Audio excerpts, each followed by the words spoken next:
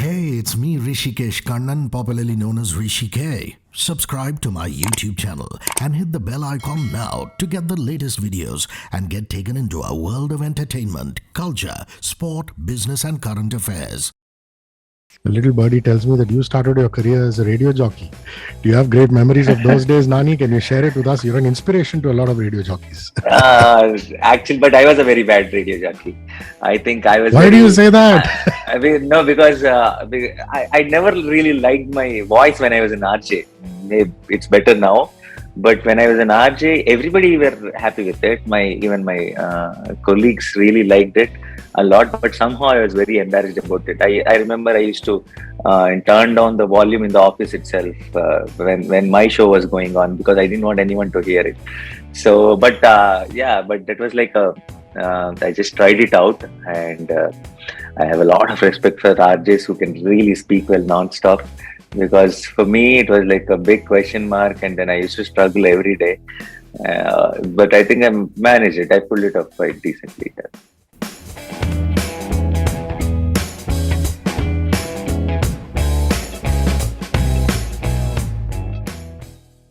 Nani, big fan of yours.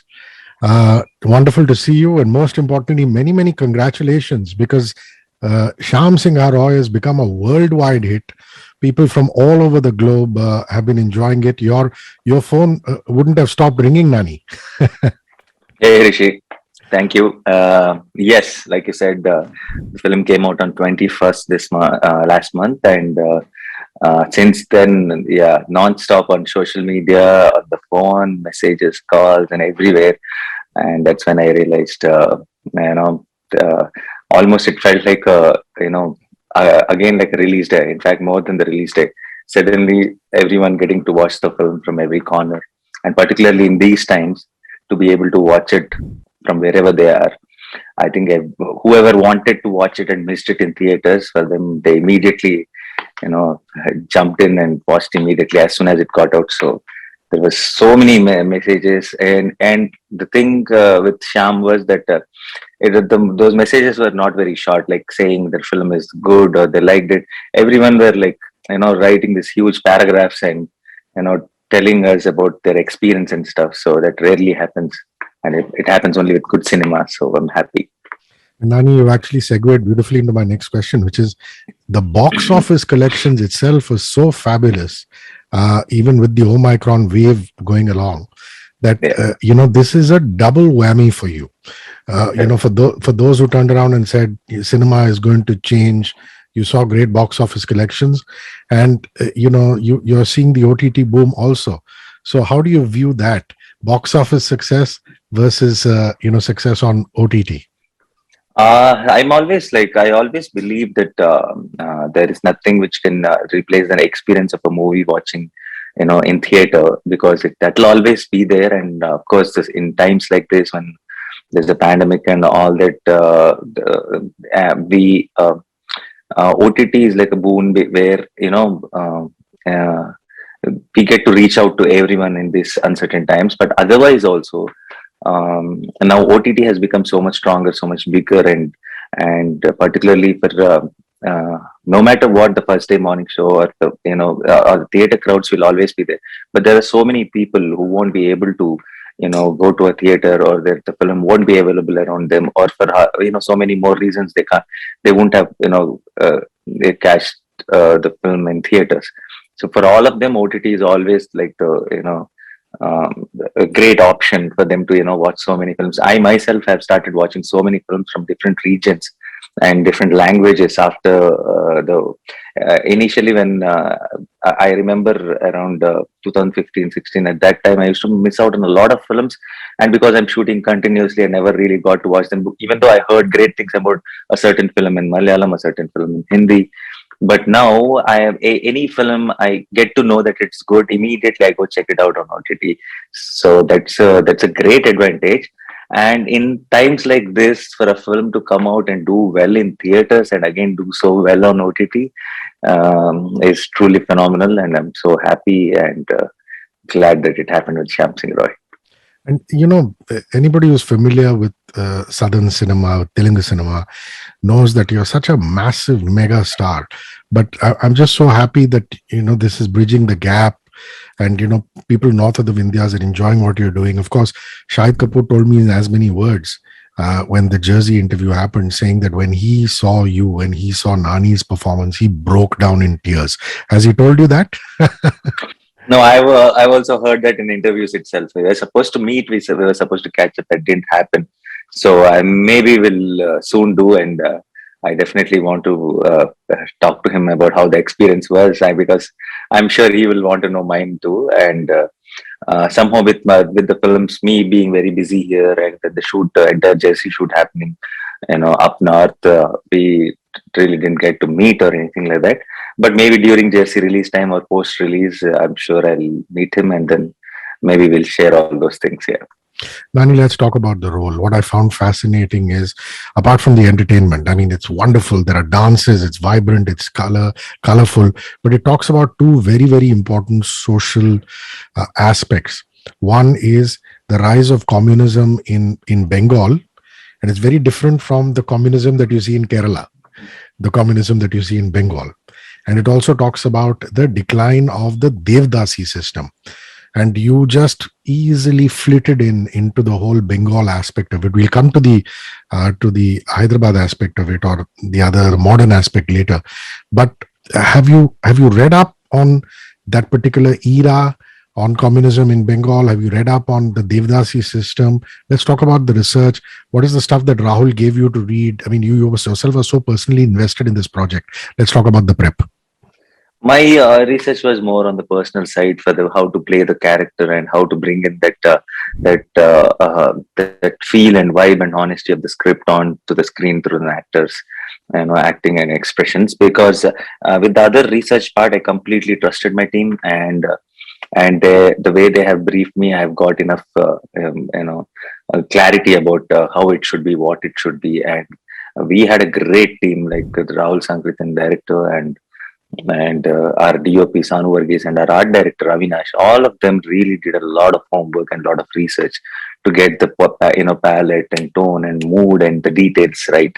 So I just went with them, and then the way they briefed me, it was quite clear for me what we are going to do, with the character, with the film, with the script. So that became that part of the film was taken care of by this department, and it made my job much easier. So all I had to concentrate was to get the emotion right in every single scene, because we all know where we are heading towards, and we know what's the kind of impact we want to make by the end of the film. So for me, it was all about was every scene delivering it, where it was every scene like blocks fitting well and sitting together perfectly, all right or not. So yeah, it was a great experience, and because thanks to our other departments, they made my job really easy with this one. You're a modest man, but I have to tell you this, that the screenplay moves forward saying that Shyam is a guy who believes in the might of the pen. This could have easily turned into a whole violent thing, where he starts turning around to, to take vengeance and things like that. But he believes in the power of the pen, and that softness which you have brought, which you see the shift from the modern character to Shyam, I think was just absolutely brilliant. So certain nuances that you need to keep it's not a spoiler anymore. There's a double role. Certain things that you have to constantly keep in mind to see how the two guys are different. Did you first shoot Shyam and then shoot the modern era guy, or were there mix and match scenes? Talk about that. No, actually, we started with the present day Vasu character, and then after we completely finished that role, one afternoon when we were shooting in Calcutta itself, post lunch, Shyam came in. So it was just a 2-3 hours break in between Vasu and Shyam for the changeover. And so you must have understood that we shot the climax scene even before we shot Shyam's episode. So that was quite a challenge, because in the film, that's the last scene, and that was the day Sai Pallavi joined the shoot, and we shot that scene first. And to get that kind of an emotion, which almost which transcends lifetimes and comes together in the finale of the film, That was a big challenge for all of us because none of us, we all know the story. We all know what happens with Shyam and Rosie, but we haven't seen it. We haven't seen it unfold. We don't know the exact experience it's going to create. But we know how Vasu and Maitri in the last scene when they meet, we know the kind of impact it needs to create. So that was quite a challenge. But the day we shot it itself, we knew that, there's something, this is something big. And I think we got the mood right. And that kind of gave us motivation when we went ahead with Shyam's part, the entire Bengal portion when we were shooting. We were all pepped up because we know the climax really worked very well, and we were hoping and this episode works. And luckily, I think that turned out to be the highlight of the film. That whole portion. I love it when there's cross-cultural phenomena happening where actors from different industries get together and work. Of course, in the Telugu film industry, we know that a lot of people from the north and the south come together and work. But I liked that the casting had Jisshu Sengupta. Jisshu is a very fine actor from Tollygunge. And I loved your scenes with him, the tension that was there. Is this the first time you worked with Jisshu, or have you worked before? This is the first time. You must have enjoyed that experience because the scenes are amazing. They've turned out beautifully. Talk a little bit about him, please. And and the scenes are very good. And just to work with Jisshu sir was an amazing experience because he's so humble and so sweet. And even I remember the first scene we shot together was the last scene of Shyam again. So, and then the kind of, we were all in this one location, in one house, and the way I really enjoyed talking to him in the short breaks, and such a knowledgeable person at the same time, so friendly. And he was telling all his experiences with the Hindi films he was doing, and then he explained me how the Bengali industry works and how it is the kind of films they make and stuff like that. So it was an amazing experience. I totally enjoyed. I wish there were more scenes for us together, but it was just a small part. But even though I really had fun working with Jisshu. Sai Pallavi is such a classic beauty. I wish she was here. I wanted to ask her this question. It's very beautifully shown in the film that the Devdasis were into art and culture, and they had to learn various forms of Indian classical dance. Is she trained classically, or did she train specifically for the film? Because there are elements of Bharatanatyam, Kuchipudi, and everything that Devdasis are supposed to learn.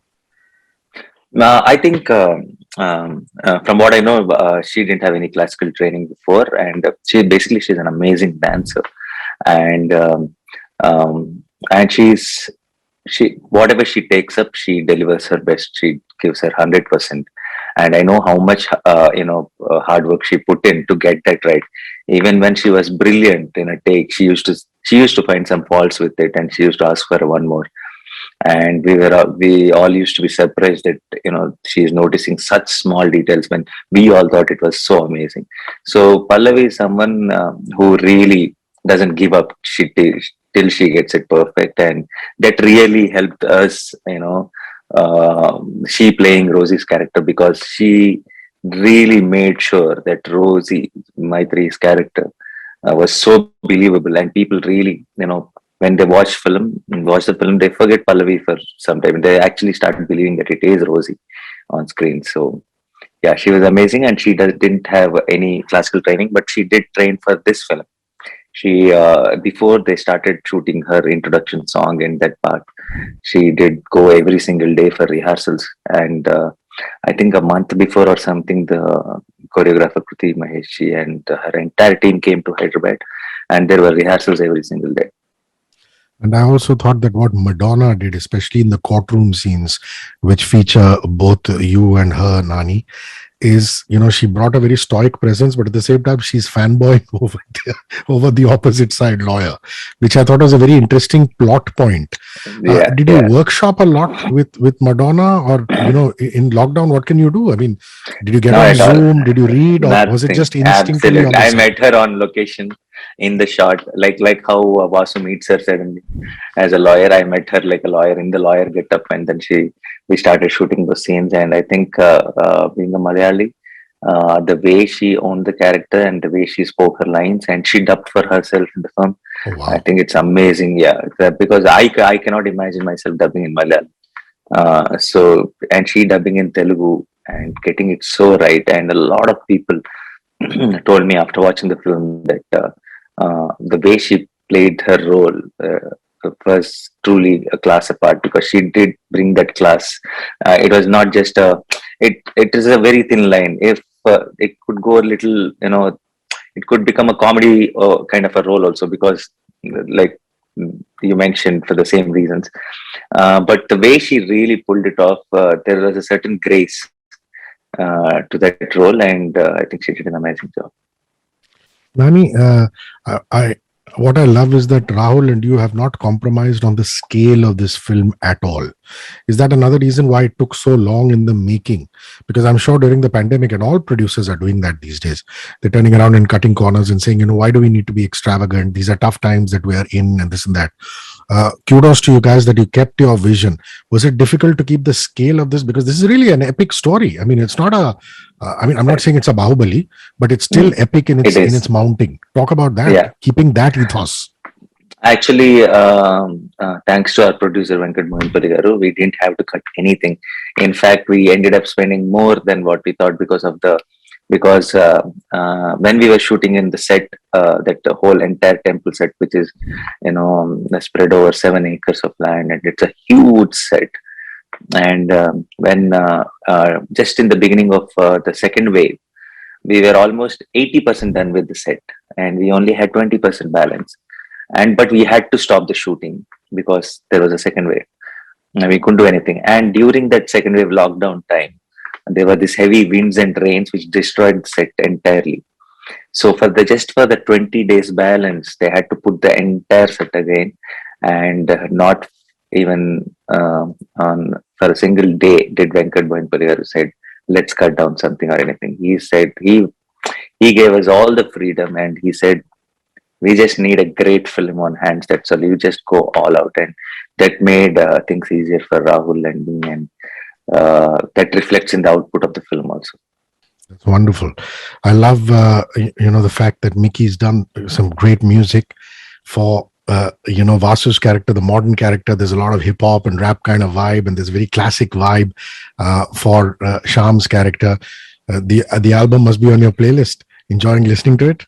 Yes, of course. I absolutely love Shyam Singha Roy album, and the best part is my after the release of the film, my favorite songs changed. Initially, I used to listen to the title track Shyam Singha Roy a lot, but after the release of the film, I have stopped listening to that completely. And Sirivanala and Pranavalaya took the first position now.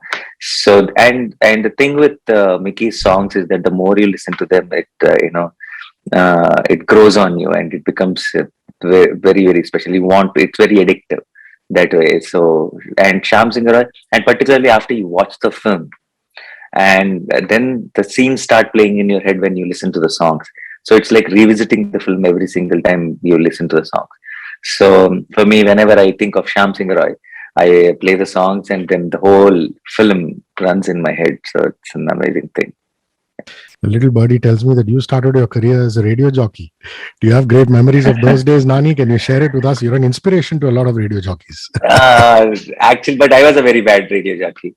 I think I was. Why do you say that? I mean, no, because I never really liked my voice when I was an RJ. Maybe it's better now. But when I was an RJ, everybody were happy with it. Even my colleagues really liked it a lot. But somehow I was very embarrassed about it. I remember I used to turn down the volume in the office itself when my show was going on, because I didn't want anyone to hear it. So, but that was like I just tried it out, and I have a lot of respect for RJs who can really speak well nonstop. Because for me, it was like a big question mark, and then I used to struggle every day. But I think I managed it. I pulled it off quite decently. You're a big Buddhist. Do you believe in reincarnation, Nani? Do you believe that, there is karma, we come back on the planet? I just want to know your personal philosophy. It's not like I believe in it, or it's not like I don't believe in it. So it's neutral. I don't know. See, you tell me in a convincing story like Shyam Singha Roy, I believe in it. You tell me in a not so convincing story, I don't believe it. It's like that. Yeah. I love the way your look was drafted. It's almost as though the art department had an extension in the costume design department. And you must have enjoyed wearing those very retro fitted clothes, because the modern clothes we wear in our everyday life. So talk about the styling of it, please. Styling of it, Nirja Kona did the costumes, and she did an amazing job, not just with me, with Pallavi, with everyone in the film. I think she cracked a great tone. And for me, it was first time I was doing a costume drama like this. So to get that look and playing a Bengali, and the time period the whole story is based in, everything was so exciting. So every day we were. It was not like in the first shot itself there was Shyam. It was like as we started working, we realized who Shyam is, how he sits, how he walks, how he talks. So that was a fun experience, fun exercise, and even Rahul after every shot used to come and say, I like that particular bit you did. And then we used to note it down and make sure that that becomes a mannerism for Shyam. And that's how, and now in our head, when you watch the film, Shyam is a very strong character in your head. That there are few certain things which are very unique only, which reminds you of Shyam. So we're happy that we cracked Shyam so well, and the way it turned out, because that's the main character in the film. And if Shyam and Rosie don't work, no matter what, Shyam Singha Roy won't work. So we were happy with the look, and we were happy with every scene, the way it shaped out. True. Shyam Singha Roy streams on Netflix. Please go watch it. It's a Nani classic, I tell you. Before I say bye to you, I just want a social service thought. I'm doing something known as Climate Warrior. I'm telling people not to use single-use plastic, to segregate dry and wet waste, to not waste water and electricity. You look at the air pollution in Delhi, it's terrible. You look at the beaches in Bombay, which is full of plastic. People are still burning coal.